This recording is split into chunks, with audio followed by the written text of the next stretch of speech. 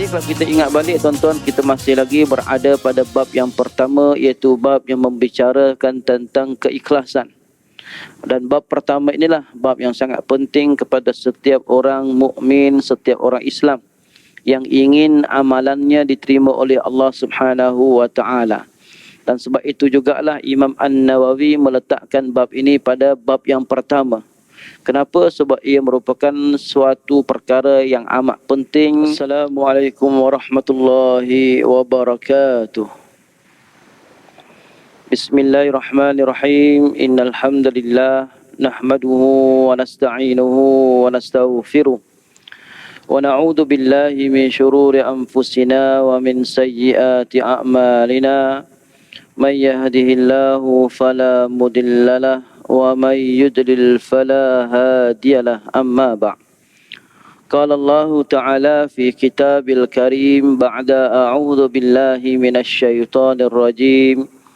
Ya ayyuhalladzina amanu taqullaha haqqa tuqatih wa la tamutunna illa wa antum muslimun. Wa qala Rasulullah sallallahu alaihi wasallam, man kharaja fi talabil ilm fahuwa fi sabilillah hatta yarji'a aw kama qala. Yang dihormati Tuan Nazir Masjid, Tuan Imam EJK Masjid, yang dimuliakan para alim ulama, tuan-tuan guru, para asatidzah, seterusnya muslimin, muslimat yang dirahmati Allah sekalian.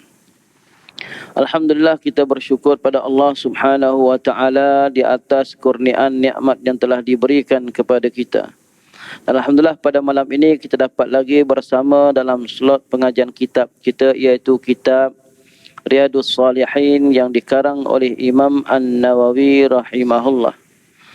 Jadi kalau kita ingat balik tuan-tuan, kita masih lagi berada pada bab yang pertama, iaitu bab yang membicarakan tentang keikhlasan. Dan bab pertama inilah bab yang sangat penting kepada setiap orang mukmin, setiap orang Islam yang ingin amalannya diterima oleh Allah Subhanahu wa taala. Dan sebab itu jugalah Imam An-Nawawi meletakkan bab ini pada bab yang pertama. Kenapa? Sebab ia merupakan suatu perkara yang amat penting di dalam urusan ibadat kita. Jadi tuan-tuan, kalau kita ingat lagi, hadis yang terakhir yang kita baca ialah hadis yang ke-10 berkaitan dengan ikhlas lagi dan niat. Dan pada malam ini kita masuk lagi hadis yang seterusnya, itu hadis yang ke-11. Muka surat kitab saya, muka surat 43-44. Jadi kita sambung lagi hadis yang seterusnya, itu hadis yang ke-10 daripada kitab Riyadhus Shalihin.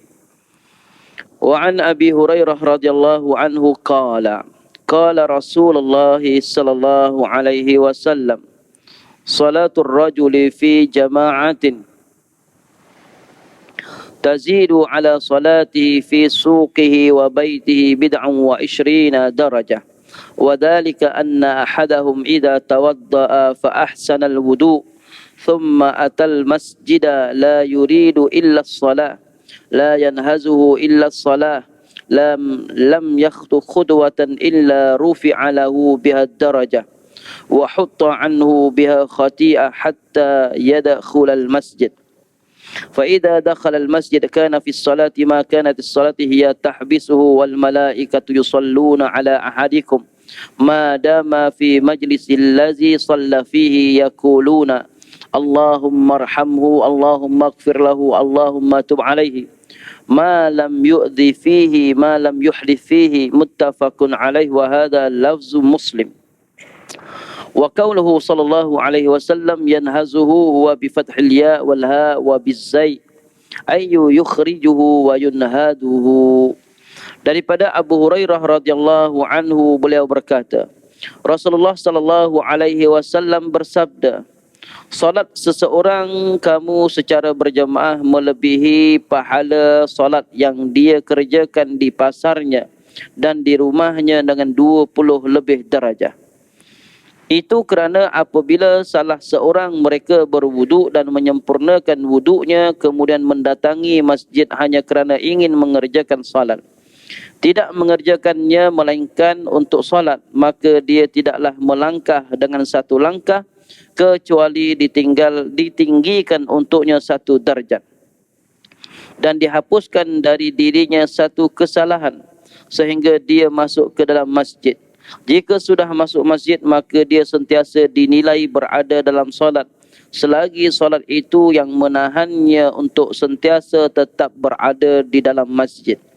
Manakala malaikat pula sentiasa berselawat ke atas salah seorang kamu selagi dia tetap berada di tempat duduknya di mana dia mengerjakan solat di dalamnya. Mereka berdoa, Ya Allah, berilah rahmat kepadanya. Ya Allah, berilah keampunan kepadanya. Ya Allah, terimalah taubatnya.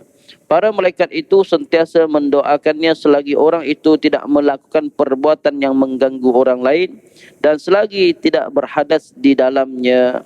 Hadis ini hadis muttafaqun alaih, iaitu hadis sahih yang diriwayatkan oleh Imam Bukhari dan Imam Muslim. Cuma lafaz hadis yang kita baca ini lafaznya adalah daripada Muslim. Baik. Jadi tuan-tuan, hadis yang ke-11 ini datangnya daripada seorang sahabat yang tidak asing lagi bagi kita, iaitu Abu Hurairah, iaitu bapa kucing. Itu gelaran tuan-tuan, bukan namanya. Nama asal beliau ialah Abdurrahman bin Sakhr. Itu nama asal beliau. Dan nama asalnya lagi, maknanya ada lagi nama dia itu sebelum dia masuk Islam. Sebab Abu Hurairah ni tuan-tuan, dia agak lewat sikit masuk Islam. Dan Abu Hurairah ni bukan orang Madinah dan bukan pula Ahlul Mekah, bukan daripada Mekah. Jadi siapa daripada Abu Hurairah daripada mana? Itu jawabnya tuan-tuan, Abu Hurairah ini asalnya daripada Taif. Dan beliau tuan-tuan bila masuk Islam, Nabi tanya nama dia apa? Lalu dia kata namanya Abdus Syams.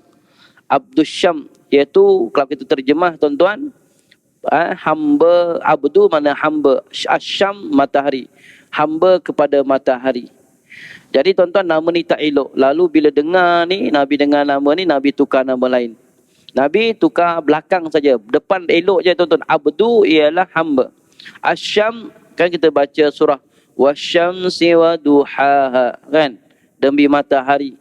Jadi Abdus Syam maknanya hamba kepada matahari. Jadi nama ini nama tak elok, mengandungi perkara-perkara yang boleh membawa syirik. Mana kita boleh jadi hamba matahari? Matahari itu makhluk. Jadi Nabi tukar kepada Abdurrahman. Abdurrahman itu hamba kepada Ar-Rahman, itu nama Allah. Ar-Rahman yang maha pengasihani. Jadi kita boleh namakan, Nabi kata antara nama yang disukai oleh Allah ialah Abdullah wa Abdurrahman. Abdurrahman. Jadi kita dah banyak kali jumpa bahawa menamakan anak itu hendaklah menamakan dengan nama-nama yang elok, nama-nama yang cantik. Sebab Nabi suruh kita menamakan anak kita dengan nama yang indah, nama yang cantik. Jangan nama Abdul Fir'aun contoh dah. Lagi teruk tuan-tuan. Mentang-mentang dia baca Al-Quran tapi tak faham. Ada orang tuan-tuan bagi nama, dia kata nama anak saya daripada Al-Quran Ustaz. Namanya apa? Abu Lahab. Lah tuan-tuan. Abu Lahab. Yalah disebut Tabbat Yada Abi Lahabi wa Tab. Dia baca terjemahan tentang Abu Lahab. Dia pun bagi makna dan bagi nama tuan-tuan. Itu tak betul juga. Ataupun dia bagi Qarun ke tuan-tuan. Ahmad Qarun ke tuan-tuan. Jangan. Ini nama-nama walaupun disebut dalam Al-Quran tetapi nama penjahat. Jangan bagi nama yang tak elok. Jadi nak cerita bahawa nama tidak elok tak boleh. Sebab apa Nabi kata, hendaklah kamu menamakan anak kamu itu dengan nama-nama yang elok, nama yang cantik. Kenapa? Di hari akhirat nanti kamu akan diseru dengan nama yang telah diberikan tadi. Dan nama hendaklah tuan-tuan jangan panjang sangat. Ni sebab berjela-jela tuan-tuan lah. Kesian budak tu tuan-tuan, masa darjah 1, masa perang. Baru nak tulis nama tuan-tuan, habis masa dah. Masa ujian tuan-tuan. Mana taknya panjang nak. Dan mak dia pun tak panjang, panggil panjang tuan-tuan, panggil pendek je pun. Tapi menamakan anak itu menyebabkan orang lain susah. Cikgunya susah, anaknya sendiri yang susah. Semua susah lah tuan-tuan. Nak cerita. Jadi nama biar nama elok, nama indah, nama cantik dan ringkas, tak perlu panjang-panjang. Baik. Jadi bila Nabi dengar dia Abdus Syam, Nabi kata tukar nama lain. Itu Abdurrahman. Dan kita boleh menamakan nama anak kita dengan nama-nama Allah. Dengan syarat mestilah didahului dengan abdu. Contoh kita suka nama Allah Al-Hakim, yang maha bijaksana. maka kita boleh namakan anak kita dengan Abdul Hakim, hamba kepada yang maha bijaksana. Contoh kita suka nama Allah Al-Azim, Abdul Azim, boleh tuan-tuan. Jadi nak cerita bahawa boleh kita menamakan dengan nama Allah dengan syarat kita nisbahkan kepada abdu, iaitu kita idafahkan dia dengan abdu sebelum tu, iaitu hamba. Baik. Jadi Abu Hurairah ni lebih dikenali daripada nama asalnya, iaitu Abdurrahman bin Sakhr. Kenapa? Kerana beliau ini suka dengan kucing. Baik, saya tak nak hurai panjang lebar berkaitan dengan Abu Hurairah. Beliau berkata, qala Rasulullah sallallahu alaihi wasallam, Nabi sallallahu alaihi wasallam bersabda. Nabi kata salatul rajuli fi jamaah. Nabi kata solat seorang lelaki secara berjemaah. Maknanya tuan-tuan, berjemaah ini bila kita solat ada imam, ada makmum, itu namanya berjemaah. Kalau kita seorang diri, yang seorang sana, tuan-tuan tak berjemaah. Orang tanya, ustaz, adakah dinamakan berjemaah kalau solat di RNR kan, ramai nak berhenti kereta rehat. Jadi surau tu penuh dengan orang. Rupa-rupanya tuan-tuan dia solat masing-masing. Solat seorang-seorang. Walaupun nampak ramai-ramai tetapi tak ada imam. Semuanya jadi makmum semua. Maka nama solat ini dipanggil bukan solat berjemaah. Solat berjemaah mesti ada seorang imam, lepas tu paling-paling kurang ada seorang makmum. Ramai makmum lagi bagus. Semakin ramai makmum semakin bagus. Tapi imam dia tak boleh dua orang, dia seorang saja. Jadi itu dikatakan solat berjemaah. Baik, Nabi kata solat berjemaah, solat seorang lelaki secara berjemaah, tazidu ala salatihi, tazidu ala, lebih baik kepada solatnya seorang diri sama ada di pasarnya, wa baitihi, di rumahnya, bid'an. Bid'an tuan-tuan dalam bahasa Arab ni, dalam bahasa Arab bid'an ini ialah salasah ila asyarah, 3 hingga 10 dipanggil bid'an. 3 hingga 10 tu dipanggil bid'an. Baik. Nabi kata solat seorang lelaki secara berjemaah lebih baik daripada solat seorang diri di pasar ataupun di rumah dengan bid'an, itu 3 hingga 10.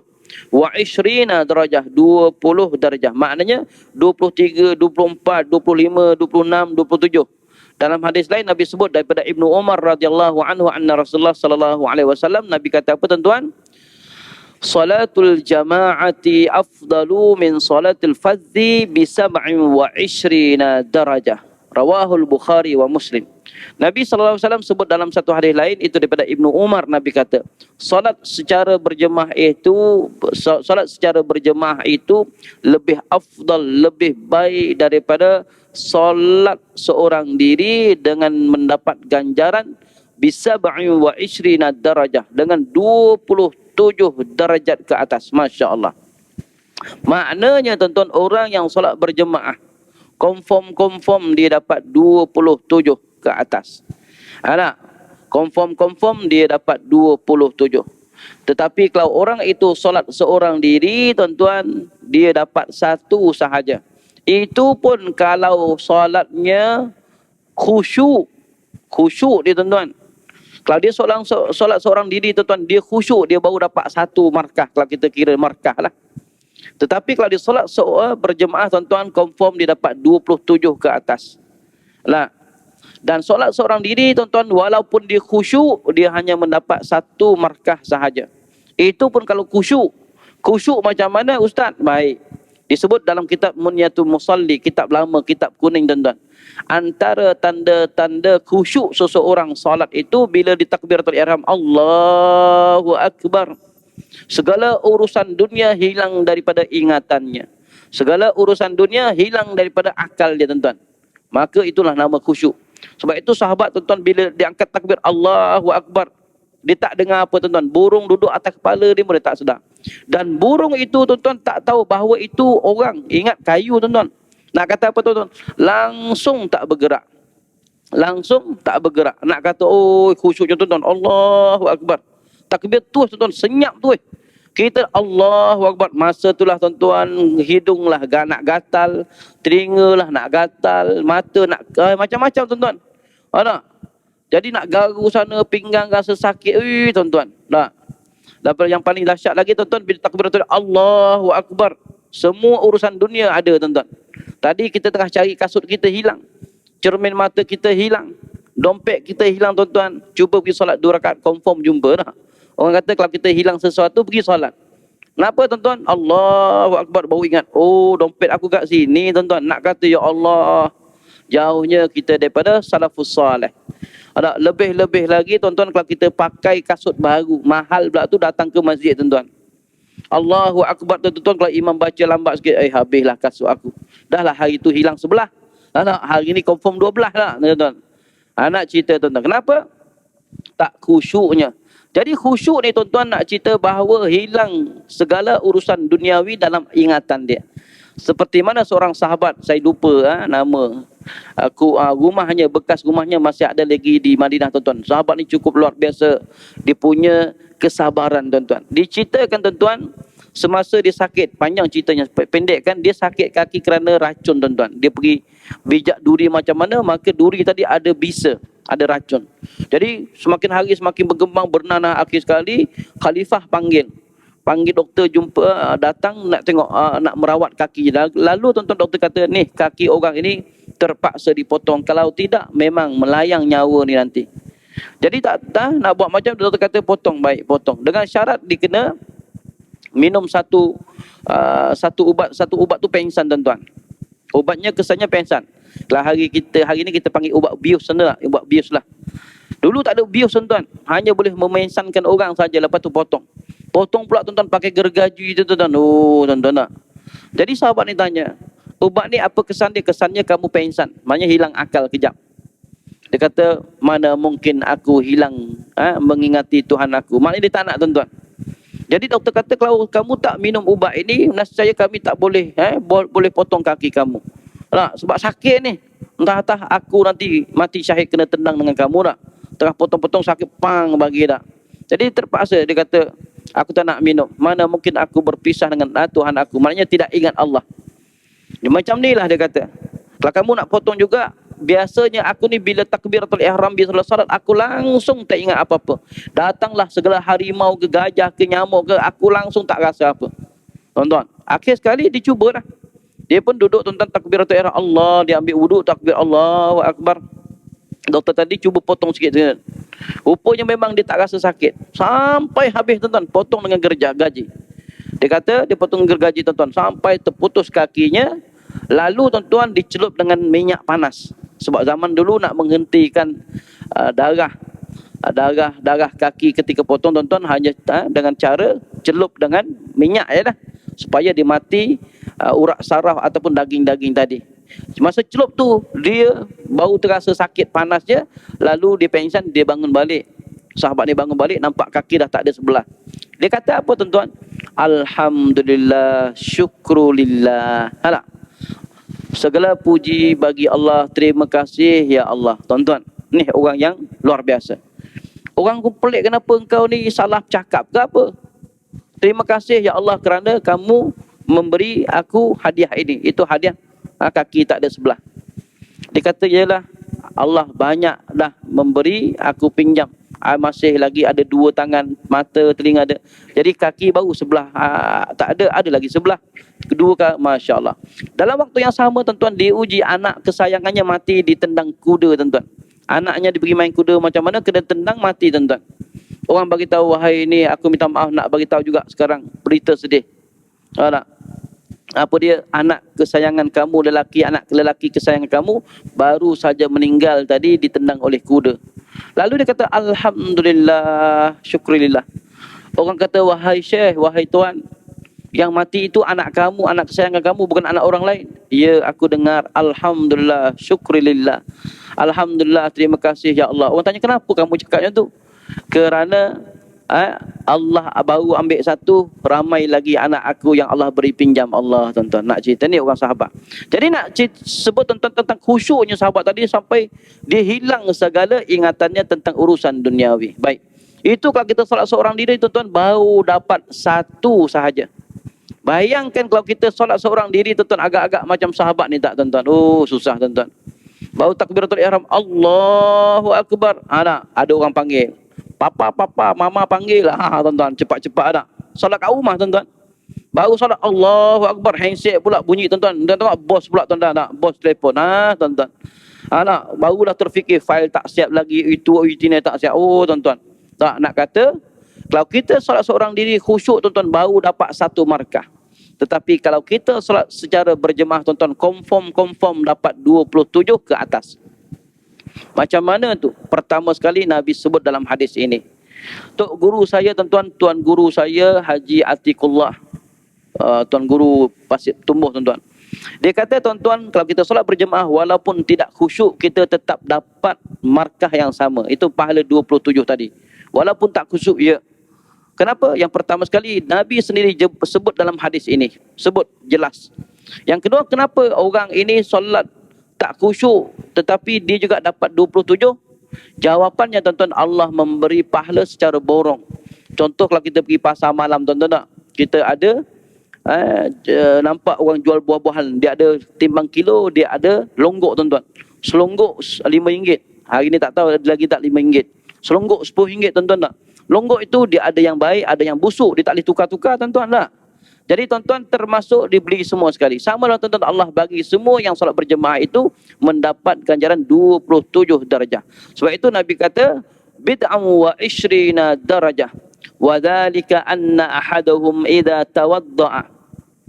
Dan yang demikian itu bahawasanya salah seorang daripada mereka idza tawadda'a, apabila dia berwudu daripada rumahnya, idza tawadda'a fa ahsanal wudu, lalu dia memperelokkan wuduk tuan-tuan. Banyak hadis Nabi menceritakan tentang wuduk. Dan Nabi selalu sebut fa ahsanal wudu, perelokkan wuduk. Nak cerita tuan-tuan, bila dalam bab wuduk, perelokkan wuduk. Sebab apa? Ada orang ambil wuduk tak betul. Ada orang ambil wuduk main-main. Dia sembah esak, selesai tuan-tuan. Orang sebelah pula yang basah tuan-tuan. Ada? Ada. Macam saya pergi solat mana tuan-tuan? Pergi solat Jumaat tuan-tuan. Jadi tempat wuduk kan panjang. Saya tu nak ambil wuduk, nak ambil baru saya nak apa sal air daripada mana? Tengok ada basah baju saya ni tuan-tuan. Orang sebelah tuan-tuan, dia ambil air depak, dia tampar muka dia. Bila tampar tepuk muka tuan-tuan, terpeciklah kena orang sebelah-sebelah ni. Saya Allah basah habis. Alah, baru nak tegur dia tuan-tuan. Lalu dia tengok saya, dia kata saya main air tuan-tuan. Budak ni betul lah. Nak cerita tuan-tuan. Ni tak betul juga cara dia. Yang kedua tuan-tuan, saya nampak ada seorang pakcik tua dekat Petronas dekat KLIA. KLIA itu sebelum KLIA itu ada Petronas sebelah kiri tuan-tuan. Situ memang ramai orang berhenti kereta dan sebagainya. Belakang dia ada satu surau. Bolehlah tuan-tuan muat 2-3 dalam 11 orang lah. Jadi masa saya ambil wuduk tuan-tuan, saya nampak seorang pakcik ni tua dah tuan-tuan, dia ambil wuduk tuan-tuan. Allah, kesian tuan-tuan. Kesian. Nak tegur tuan-tuan, muka macam askar tuan-tuan. Kebetulan masa tu tuan-tuan, saya ingat lagi tuan-tuan, Imam Masjid Negara kena tampar dengan jemaah lah. Ingat tak tuan-tuan masa tu? Siapa ingat tuan-tuan? Masuk berita tuan-tuan. Sebulan juga masuk berita. Salat Jumaat tuan-tuan. Imam tu baru nak jadi imam tuan-tuan, pak kena tampar dengan jemaah. Masa tu tuan-tuan. Jadi saya nak tegur pakcik tadi tuan-tuan, tengok-tengok muka, backing betul. Garang betul. Tapi tuan-tuan nak kata cara dia tak betul. Caranya tak betul. Jadi tuan-tuan, bila wuduknya tak sempurna, maka solatnya tetap sah. Maka solatnya tidak akan sah. Kenapa? Sebab dia bermula daripada wuduk. Sebab wuduk salah satu syarat untuk kita menjadikan solat kita sah. Jadi tidak ada wuduk, maka tidak ada solat. Baik. Sebab itu Nabi kata fa ahsanal wudu, maka perelokkanlah wuduk. Sebab itu Nabi tuan-tuan ambil wuduk, kalau kita baca tentang sifat wuduk Nabi. Nabi tuan-tuan letak kat tangan ni tuan-tuan, gosok satu-satu tuan-tuan, sampai celah-celah jari kaki pun Nabi akan gosok. Nak kata berhati-hatinya fa ahsanal wudu. Sebab itu Nabi sebut fa ahsanal wudu, perelokkan wuduk. Dan wuduk ini tuan-tuan kelebihannya cukup besar. Antaranya tuan-tuan, dia menjadikan anggota wuduk tadi bercahaya di hari akhirat. Nabi kata, aku mengenali umat aku melalui kesan-kesan wuduk di wajah mereka, di tangan mereka. Sebab itu Nabi kata, kalau boleh dipanjangkan had wuduk tadi, panjangkanlah. Antaranya Anas tuan-tuan, dia panjangkan lagi. Supaya apa? Supaya nanti kesan wuduk tadi di hari akhirat nanti Nabi nampak tak? Itu cahaya. Baik. Jadi berwuduk daripada rumah. Nabi sebut lagi, thumma atal masjida. Lalu setelah dia berwuduk, dia datang ke masjid. La yanhazuhu illa salah. Tidaklah dia datang ke masjid kecuali mendorong dia ke masjid kecuali semata-mata kerana solat. La yuridu illa solah. Tidaklah dia datang ke masjid kecuali semata-mata dia nak solat. Apa maksudnya tuan-tuan? Maknanya orang ini semata-mata dia datang ke masjid bukan disebab lain. Tetapi dia datang ke masjid semata-mata nak mendirikan solat. Maksudnya apa tuan-tuan? Maknanya ada orang yang datang ke masjid bukan niat tujuan asalnya solat. Tetapi dia ada lain. Contoh tuan-tuan. Ada orang datang solat berjemaah memang bagus. Alhamdulillah. Tapi daripada rumah sampai ke masjid tuan-tuan tak dikira pahala lagi. Kenapa? Kerana kemungkinan dia datang tadi disebab benda lain. Contohlah, kawan dia daripada Johor tuan-tuan telefon, "Mat, kau kat mana ni? Aku dah sampai kat Masjid Al-Falah ni." "Oh, okey, kau duduk kat situ, nanti aku pergi ke ambil kau. Kau tunggu depan masjid tu, aku datang ambil." Bila datang ambil tuan-tuan, tiba-tiba masa tu azan tuan-tuan lah, azan.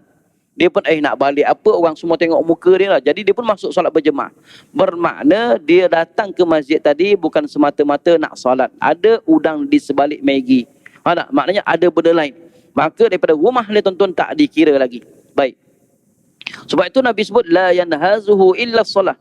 Tidak mendorongnya datang ke masjid kecuali semata-mata solat. Wala yuridu illa solah, dan tidaklah menghendaki dia datang ke masjid kecuali semata-mata dia nak solat. Maknanya orang ni betul-betul ikhlas kerana Allah Subhanahu wa taala.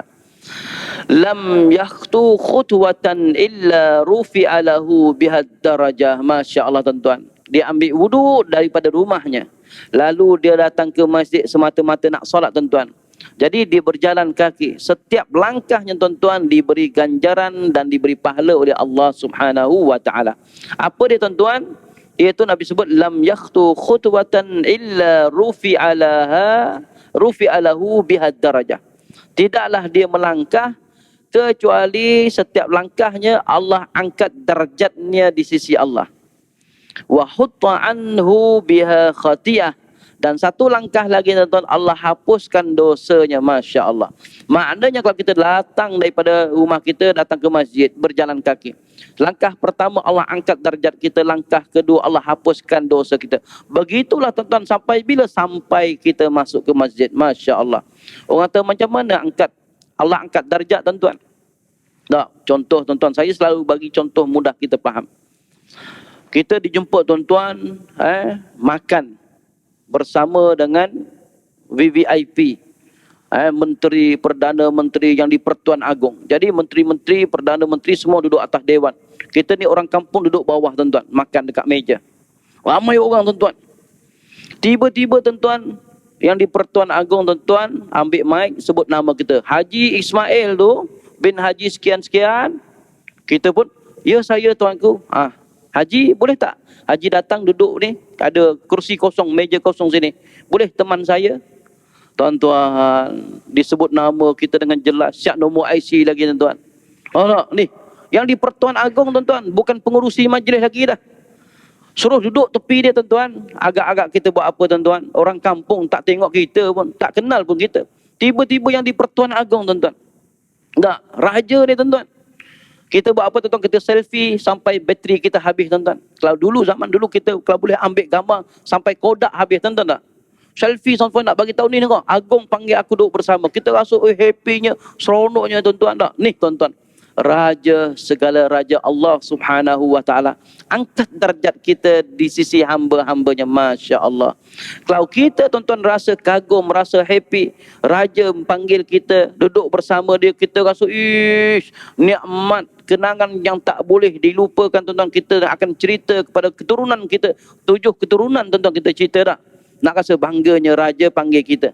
Ni tuan-tuan, raja, segala raja itu Allah Subhanahu wa taala angkat darjat kita. Allah tuan-tuan, lagi-lagilah kita bangga. Itu dengan cara kita berjalan ke masjid. Itu satu. Langkah yang kedua tuan-tuan, wa hutta anhu biha khatiyah.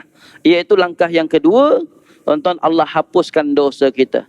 Baik tuan-tuan, dosa ini benda tak nampak. Sebab itu orang beriman dia percaya ada dosa dan ada pahala. Orang yang tidak beriman tuan-tuan, dia tidak percaya ada dosa dan pahala. Kenapa? Sebab benda tu tak nampak. Duit kita tuan-tuan, dia ada dosa, ada pahala. Duit haram dosa, duit halal pahala, tuan-tuan tak? Tapi bagi orang yang tak beriman tuan-tuan, dia kata tak ada pun. Isteri kata, bang ni duit mana banyak ni bang? Alah, ada orang bagi rasuah lah contoh. Abang tak boleh bang, haram bang, tak jangan bawa. Awak kata haram, mana tak nampak cop haram pun. Awak ada duit 50-50, mari sini. Ambil duit bini dia, ambil duit pak campak sekali. Gau.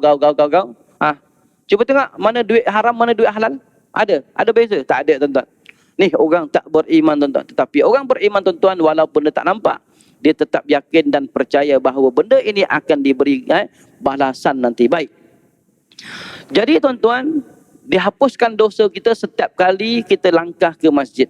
Sebab itu tuan-tuan, anak Adam ini, setiap anak Adam ini pasti ada dosa. Nabi kata kullu bnu Adam khata'. Nabi kata setiap anak Adam itu ada saja dosa, ada saja kesalahan dia. Dan sebaik-baik dosa itu antaranya kita tuan menghapuskan dosa kita dengan cara bertaubat. At-tawwab itu dengan cara bertaubat. Salah lain tuan-tuan, cara lain ialah dengan cara kita buat amalan soleh. Seperti mana yang dari kita sebelah dia ini, datang ke masjid berjalan kaki itu pun dihapuskan dosa kita. Persoalan ada orang tanya, Ustaz, Nabi sebut tentang orang berjalan kaki, setiap langkahnya diangkat darjat, satu langkah lagi Allah hapuskan dosa. Jadi kami yang naik motor, naik basikal, naik kereta ni macam mana Ustaz? Tak tuan-tuan. Soalan ini juga saya pernah tanya kepada Tuan Syekh saya tuan-tuan. Saya kata, Syekh, wa kaifa alladhina yadhhabu ilal masjid bisayyarah atau bidabbabah, atau saya kata bagaimana orang yang pergi masjid naik kenderaan, naik kereta, naik motor dan sebagainya. Dia kata, insya-Allah mudah-mudahan termasuk dalam hadis ini. Kami tanya lagi, macam mana pahala tu langkah? Itu putaran tayar tadi dia kata. Wallahu alam. Cuma pandangan lain ada kata tak dapat. Ada pandangan kata dapat. Jadi kita ambil pertengahan tuan-tuan. Pertengahan maknanya khuruj minal khilaf. Khuruj minal khilaf yang kita tak nak. Yang ada kata tak dapat pahala tadi, ada yang kata dapat. Sebab Nabi sebut langkah. Caranya tuan-tuan senang. Sekiranya rumah kita dekat, tuan-tuan berjalan kaki lah. Yang pertama tuan-tuan kita exercise. Yang kedua confirm kita dapat ni ganjaran yang Nabi sebutkan tadi. Satu langkah Allah angkat darjat kita, satu langkah lagi Allah hapus dosa kita. Tapi kalau rumah kita jauh tuan-tuan, jangan berjalan kaki tuan-tuan. Tak pasal-pasal mati syahid tengah jalan Dah rumah kita 10 km tuan-tuan. Nak datang solat maghrib tuan-tuan, tiba-tiba sampai masjid solat subuh dah tuan-tuan Aduh dah. Bila kata, bang pergi mana semalam bang? Pergi solat. Lepas itu kenapa bau balik ni? Abang berjalan kaki. Allah bang, kan abang tahu masjid dengan jarak rumah kita 20 km. Abang tahu, lepas itu kenapa abang jalan kaki? Ustaz tu kata. Tuan-tuan jangan. Tengok tuan-tuan, kalau rumah kita dekat berjalan kaki. Kalau rumah kita jauh tuan-tuan, naiklah kenderaan. InsyaAllah tak ada masalah. Jadi nak cerita bahawa kita ambil pendekatan yang pertengahan. Baik tuan-tuan, seterusnya bukan setakat itu saja. Bila kita masuk masjid. Bila masuk masjid. Hatta yadkhulal masjid. Sehingga dia masuk ke masjid. Fa'idha dakhalal masjid. Apabila dia masuk dalam masjid. Kana fis salati ma kanatis salah. Hiya tahbisuhu. Maknanya adalah di dalam masjid tadi, dia dinilai sebagai orang yang mendirikan solat. Selama mana solat itu menghalangnya keluar daripada masjid tadi. Maksudnya apa tuan-tuan? Dia dah masuk masjid. Pertama tuan-tuan, adab dengan masjid. Bila kita masuk masjid, ada masa solat 2 rakaat dulu. Nabi kata, Iza dakhala ahadakumul masjid. Apabila salah seorang kamu daripada kamu masuk masjid, jangan sekali-kali kamu duduk dulu. Kecuali kamu solat 2 rakaat. Yang namanya solat tahiyatul masjid. Tetapi kalau kita di Masjidil Haram, kita ada 2 pilihan. Sama ada kita nak solat tahiyatul masjid ataupun kita tawaf. Maknanya tak? Tapi ulama kata ambillah tawaf. Sebab satu-satunya tahiyatul masjid yang berbeza dengan masjid seluruh alam, iaitu tawaf di Baitullah. Baik. Jadi selagi kita duduk dalam masjid menanti waktu solat tuan-tuan, kita dicatat sebagai orang mendirikan solat. Masya Allah. Duduk tunggu tuan-tuan. Contohnya tuan-tuan sekarang ni. Sebab itu saya selalu nasihatkan diri saya sendiri. Kalau saya tak ada kuliah tuan-tuan, saya pergi cari masjid-masjid yang ada kuliah dan sebagainya. Duduk tuan-tuan, kita ambil masa kita antara maghrib dan isyak cukup tuan-tuan. Tak perlu balik lagi. Duduk tuan-tuan, kalau tak ada kuliah pun duduk baca Al-Quran kita menanti waktu solat isyak. Selama kita tunggu daripada waktu maghrib sampai isyak tuan-tuan, kita dicatat dalam buku amalan kita seumpama orang yang berdiri solat. Masya Allah. Sekiranya kita ada kuliah seperti ini tuan-tuan, kita dapat 2 ganjaran. 2 ganjaran. Ganjaran yang pertama tuan-tuan, iaitu ganjaran yang Nabi sebut tadi. Akan dicatat seperti orang yang sedang mendirikan solat. Yang kedua, ganjaran yang kedua tuan-tuan, ganjaran kita menuntut ilmu. Kita duduk niat nak mendengar majlis ilmu tuan-tuan. Ingat tak selalu hadis yang saya baca awal tadi? Man kharaja fi talabil ilmi fahuwa fi sabilillah hatta yarji'a au kama qala. Nabi kata seorang yang keluar daripada rumahnya semata-mata mencari ilmu, menuntut ilmu, maka dia dianggap fi sabilillah, berperang di jalan Allah, hatta yarji'a, sehingga dia kembali balik ke rumahnya. Masya Allah tuan-tuan. Maknanya apa? Maknanya kita dapat dua ganjaran dalam satu masa tadi. Dan ganjaran seumpama orang yang mendirikan solat. Yang kedua, kita niat nak nak menanti waktu solat, sampai itu nak niat menuntut ilmu. Dua-dua ganjaran kita dapat. Masya Allah. Baik. Bukan setakat itu saja tuan-tuan, wal malaikatu yusalluna ala ahadikum, dan para malaikatnya yusalluna, berselawat. Sallu, selawat maknanya tuan-tuan apa? Mendoakan ala ahadikum, salah seorang daripada kamu, selama mana? Madama fi majlisihi allazi shalla fihi, selama gimana dia duduk dalam masjid itu tuan-tuan, para malaikat mendoakan kita. Apa yang didoakan kita tuan-tuan? Malaikat doakan kita apa? 3 doa tuan-tuan, malaikat doakan kita. Yang pertama, Allahumma arhamhum, ya Allah, rahmatilah dia ya Allah, kasihanilah hamba-Mu ini ya Allah tuan-tuan. Nih, malaikat doakan kita. Yang kedua, Allahumma ighfir lahu, ya Allah ampunkan dosa dia ya Allah.